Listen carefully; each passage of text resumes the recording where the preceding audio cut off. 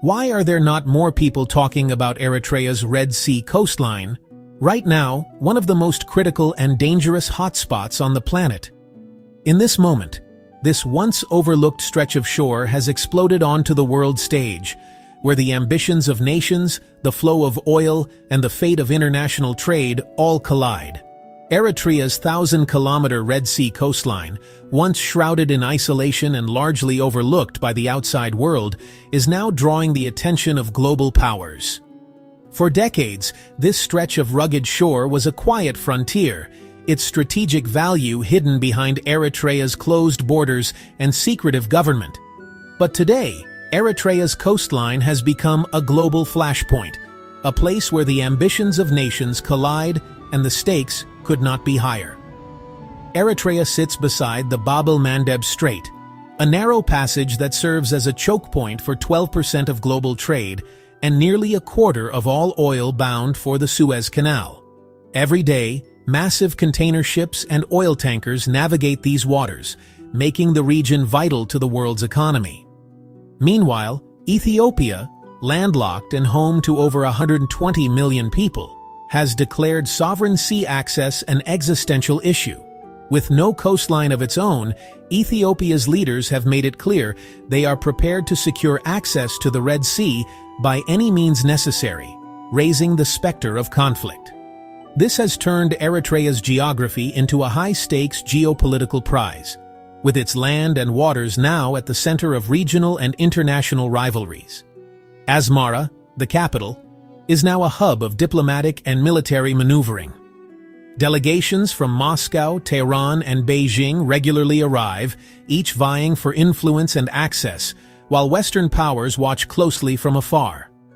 Eritrea is leveraging its strategic position to build a shield of international alliances, hoping to deter threats and secure its sovereignty in a rapidly changing landscape. The world is watching closely. Will this shield of alliances deter Ethiopia's ambitions, or will it escalate the crisis and draw in even more powerful actors? What happens here could disrupt global supply chains, threaten energy security, and ignite a new front in great power competition, making Eritrea's coastline one of the most consequential battlegrounds of our time. The roots of today's crisis stretch back to Eritrea's hard-won independence from Ethiopia in 1993, a moment of jubilation for Eritreans, but a turning point that left Ethiopia suddenly landlocked and deeply unsettled. The separation not only redrew borders, but also set the stage for decades of tension and uncertainty in the Horn of Africa. In the early years, both countries tried to cooperate.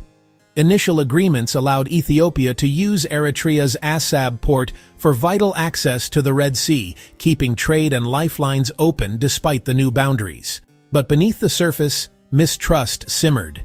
Disputes over the exact borderlines and economic disagreements soon erupted into a devastating war from 1998 to 2000, killing at least 80,000 people and displacing hundreds of thousands more. The scars of this conflict would linger for generations. With the borders sealed tight, both nations entered a bitter Cold War that dragged on for nearly 2 decades, freezing families, trade, and hope on both sides. Then, in 2018, a surprise peace deal brought a wave of optimism. Borders reopened, families reunited, and the world celebrated as Ethiopia's Prime Minister Abiy Ahmed was awarded the Nobel Peace Prize for his efforts to end the long-standing hostility. Yet, this alliance proved fragile. By late 2023, Ethiopia's rhetoric shifted dramatically. Government officials and media began calling Ethiopia's landlocked status a historical injustice that must be corrected, fueling new anxieties in the region. Prime Minister Abiy now frames access to the sea not as a matter for negotiation, but as a fundamental right for Ethiopia's future and prosperity, raising the stakes even higher. For Eritrea, these statements are seen as a direct threat to its sovereignty and independence, prompting a sharp response from its leaders and military. The 2018 peace deal has effectively collapsed, and old hostilities have resurfaced, with both sides once again on high alert and the border tense and heavily guarded. Today, the region stands on the brink once again, with the specter of conflict looming over the Red Sea and the fate of millions hanging in the balance. Two leaders drive this crisis: Eritrea's President Isaias Afwerki and Ethiopia's Prime Minister Abiy Ahmed. Afwerki, Eritrea's only leader since independence, has built a fortress state defined by militarization and fierce sovereignty. He views Ethiopia's demands as an existential threat and is forging alliances with Russia and Iran to create a geopolitical shield. For Afwerki, ceding any territory is unthinkable. Across the border, Abiy Ahmed, once a reformer, now faces economic crisis and internal strife. He frames sovereign port access as Ethiopia's top priority, invoking historical claims and national pride. ABY is under immense pressure to deliver, even hinting at military action if diplomacy fails. The two leaders' visions are fundamentally incompatible. One will not yield an inch, the other sees sea access as survival. The stage is set for confrontation. The Red Sea is now a crowded chessboard for global powers. Russia has established a naval presence in Massawa, gaining a warm water port and strategic reach. Iran uses Assab as a logistics hub, funneling drones and weapons to regional allies, expanding its influence on both sides of the Red Sea. China, with billions invested in regional infrastructure, seeks stability and quietly pushes for diplomacy. Eritrea leverages these rivalries, trading port access for military protection. The presence of Russian and Iranian assets deters Ethiopia, but raises the risk of a local conflict spiraling into a global crisis. Any Ethiopian move could trigger direct confrontation with these powers. Eritrea's coastline is now a flashpoint for international rivalry. Eritrea's coastline guards the Bab el-Mandeb Strait, the Gate of Tears, a 20-mile-wide choke point linking the Indian Ocean to the Mediterranean. 12% of global seaborne trade and over 6 million barrels of oil pass through daily. Disruption here would send shockwaves through global markets, spiking prices and threatening economic stability. Massawa and Assab ports are sentinels over this vital artery. Control of Assab, just 40 miles from Yemen, means power over the main shipping lanes. Russia and Iran's presence alarms Western powers, while Ethiopia's obsession is strategic and existential. Ethiopia's reliance on Djibouti for trade is costly and humiliating. Gaining Assab would be a declaration of independence for Ethiopia. The fight is over control of a gate that regulates the global economy.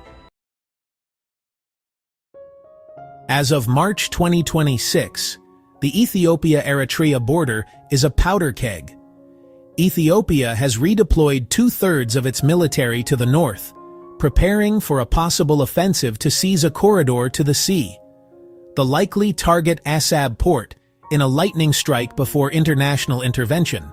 Eritrea, always militarized, is fortifying its defenses and activating its geopolitical shield.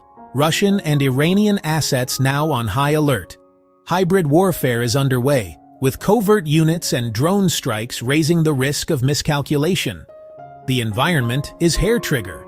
A single spark could ignite a regional war. Both sides are poised for conflict, and the world is bracing for the fallout. The stakes have never been higher. Three futures loom for Eritrea and the region, each with the power to reshape not just local borders, but the fate of the Red Sea and the world beyond. The choices made here will echo far beyond Eritrea's rugged coastline, influencing trade, security, and diplomacy on a global scale. The first scenario is the managed lease. Under mounting international pressure, most likely led by China, but with the involvement of other global powers, a deal is brokered. Eritrea agrees to lease the vital port of Assab to Ethiopia, but only under strict international supervision. This arrangement could avert war and open new economic opportunities, but it demands a level of trust and transparency that has rarely existed between these neighbors. The world would watch closely, hoping that cooperation can overcome decades of suspicion. The second path is the flashpoint war. Here, diplomacy fails, and Ethiopia, desperate for access to the sea, launches a military assault. The conflict quickly escalates, drawing in regional players like Sudan and even global powers such as Russia and Iran. The consequences would be catastrophic, not only for Eritrea and Ethiopia, but for the entire Red Sea corridor, threatening global shipping lanes and destabilizing international markets. The third future is the strategic lock. Eritrea, bolstered by military fortifications and foreign backing, manages to deter Ethiopian ambitions. The country becomes a fortress, isolated but secure. Yet, this security comes at a cost. Eritrea remains cut off from its neighbors, and Ethiopia's grievances fester, unresolved, threatening future instability. The fate of the Red Sea is more than a regional dispute. It is a test of sovereignty versus necessity, and a stage for great power rivalry in a new era of shifting alliances and economic competition. Every ship that passes through these waters carries the hopes and anxieties of nations far beyond Africa. Ignoring this crisis is not an option. The impact of any misstep here would ripple outward, disrupting supply chains and economies from London to Tokyo, and affecting millions of lives in ways both immediate and unseen. The world hopes for compromise, but prepares for conflict. Diplomats gather, militaries mobilize, and ordinary people watch anxiously, aware that the decisions made here could shape the future for generations. Eritrea's silent coast, once overlooked, now holds the world's attention. The calm of its shores belies the storm of decisions and ambitions swirling just beyond the horizon.